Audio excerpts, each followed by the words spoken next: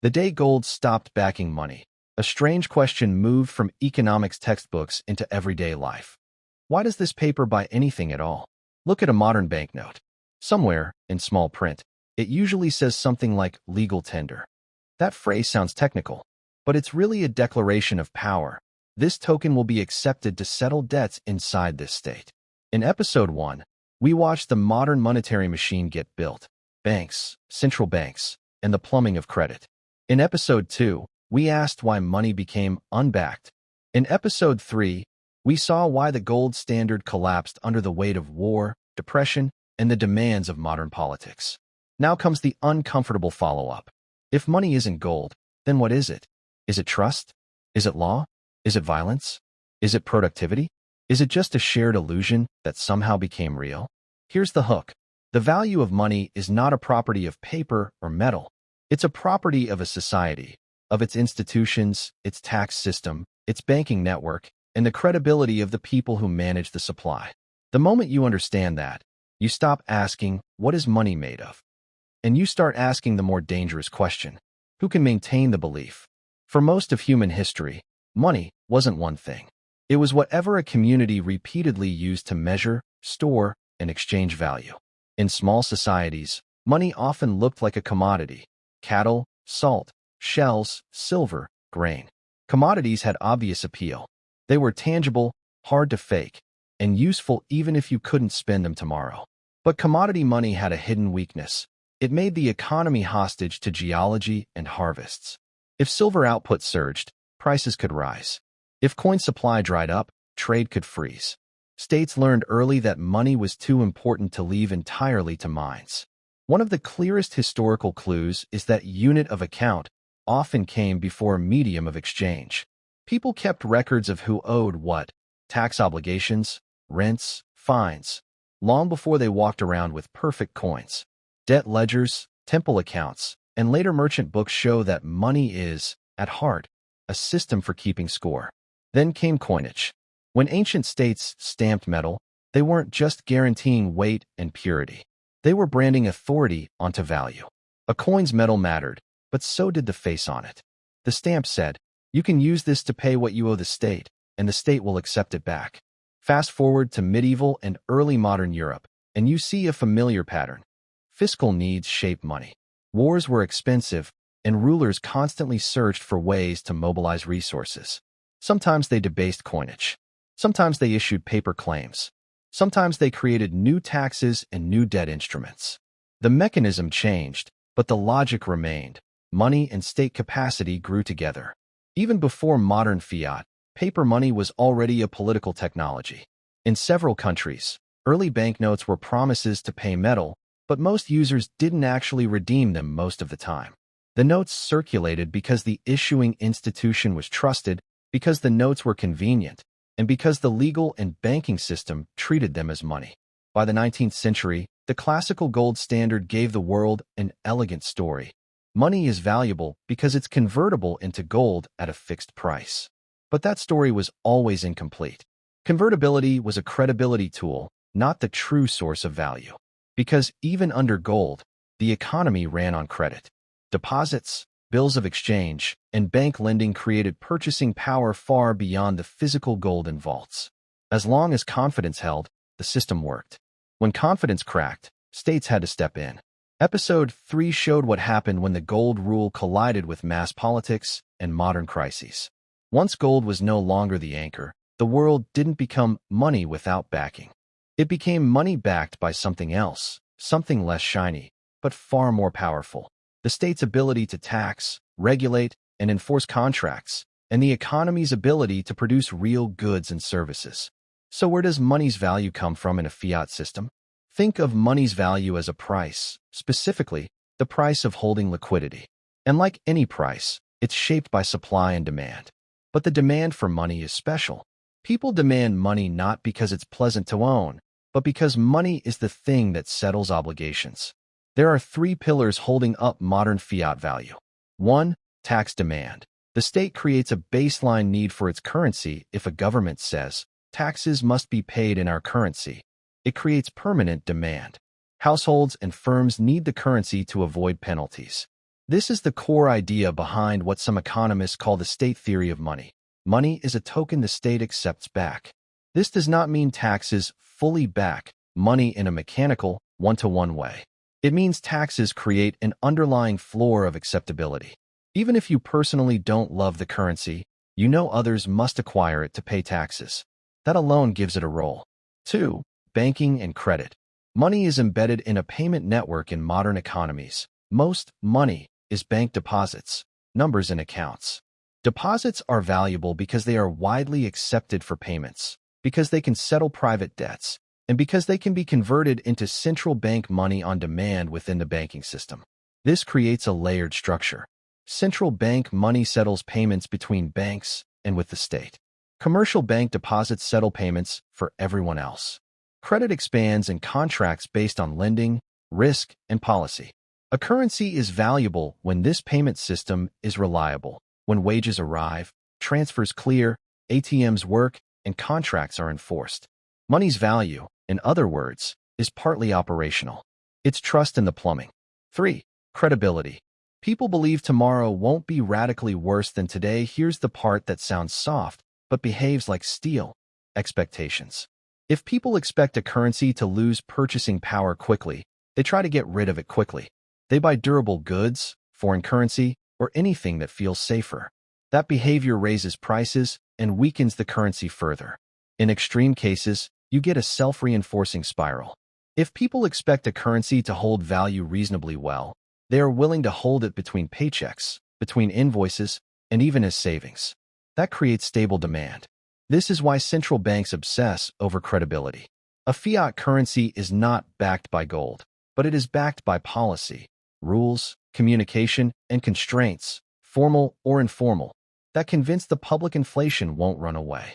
Put these pillars together, and the logic becomes clear. Money has value because you can use it to pay taxes, you can use it to settle debts in a trusted legal system, and you expect others will accept it tomorrow at a similar purchasing power. But there's a deeper layer underneath all three: real production. A currency is a claim on the output of an economy. If the economy produces goods and services that people want, and the state can reliably tax that production, the currency can be stable. If production collapses or the state loses control of taxation, the currency becomes fragile. This is also where simple slogans can mislead. People sometimes say, printing money causes inflation. That's often true, but it skips the mechanism. Inflation happens when the supply of money grows persistently faster than the economy's capacity to produce, or when people's willingness to hold money collapses. The same increase in money supply can be absorbed in one context and explosive in another, depending on output, confidence, and institutions. A useful way to see this is to separate two questions. How much money is created? How much money do people want to hold? When a crisis hits, people might actually want to hold more money, more liquidity, more safety. In those moments, central bank expansion can stabilize the system without immediate consumer inflation. But if the public concludes the expansion is permanent and fiscally driven, meaning money creation is replacing sustainable taxation, then demand to hold the currency falls and inflation accelerates. So fiat value is not magic.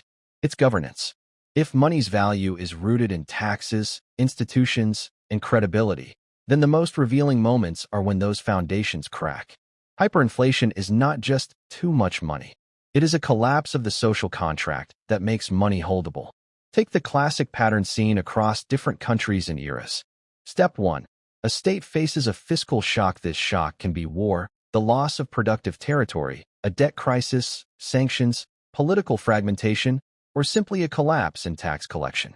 The common feature is this: the government cannot raise enough revenue through ordinary taxation or credible borrowing. Step 2.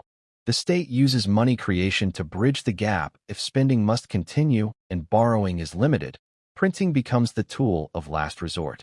At first, it may look manageable. People keep accepting the currency because the old habits still hold. Step 3.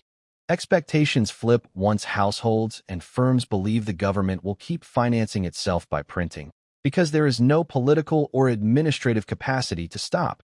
The currency stops being a place to store value. People spend it as fast as possible. Velocity explodes.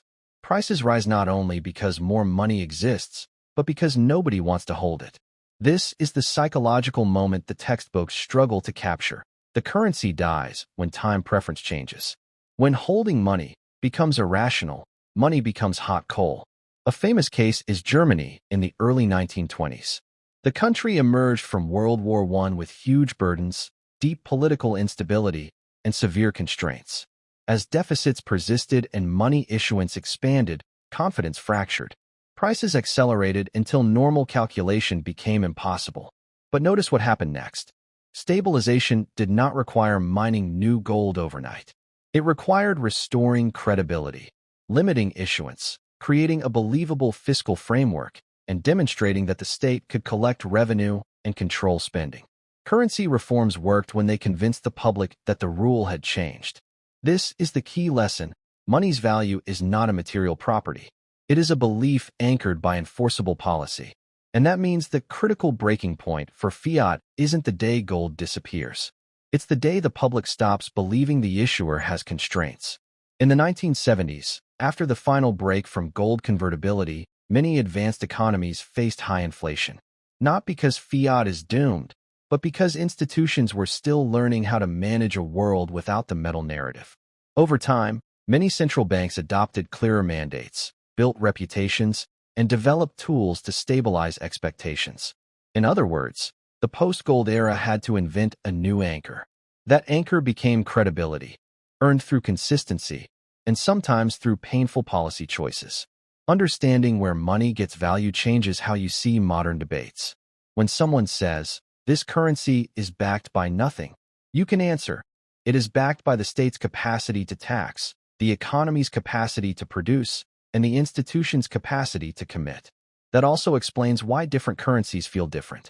A stable currency usually comes from a state that can collect taxes predictably, borrow at reasonable cost, enforce contracts, and maintain a central bank framework that prevents chronic inflation. A fragile currency often comes from the opposite: weak tax collection, volatile politics, shallow financial markets, frequent fiscal emergencies, and a history of monetizing deficits. It also explains why money printing can look harmless in one country and devastating in another. The difference is not morality. It's credibility and capacity, and it reframes a modern fear. If money is a social contract, then inequality, polarization, and institutional decay are not just social problems. They are monetary risks. When trust fractures, money becomes contested. This is why central bank communication matters, why legal frameworks matter, why fiscal discipline matters, not as an ideology, but as an input into credibility. It also helps you see the next frontier: digital money.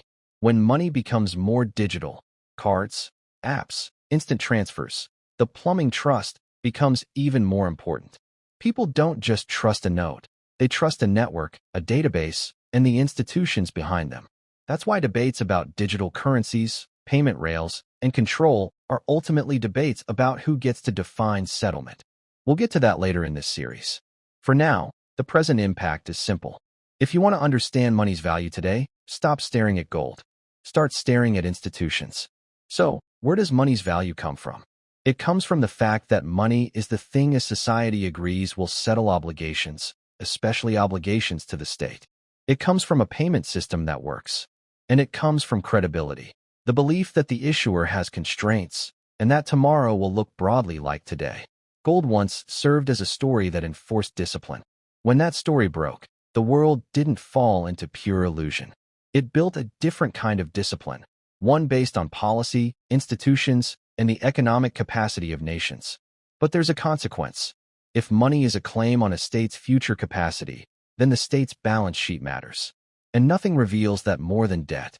In the next episode, we'll ask the question that sits at the center of modern power. Why do governments keep borrowing again and again, and why does the system seem to depend on it?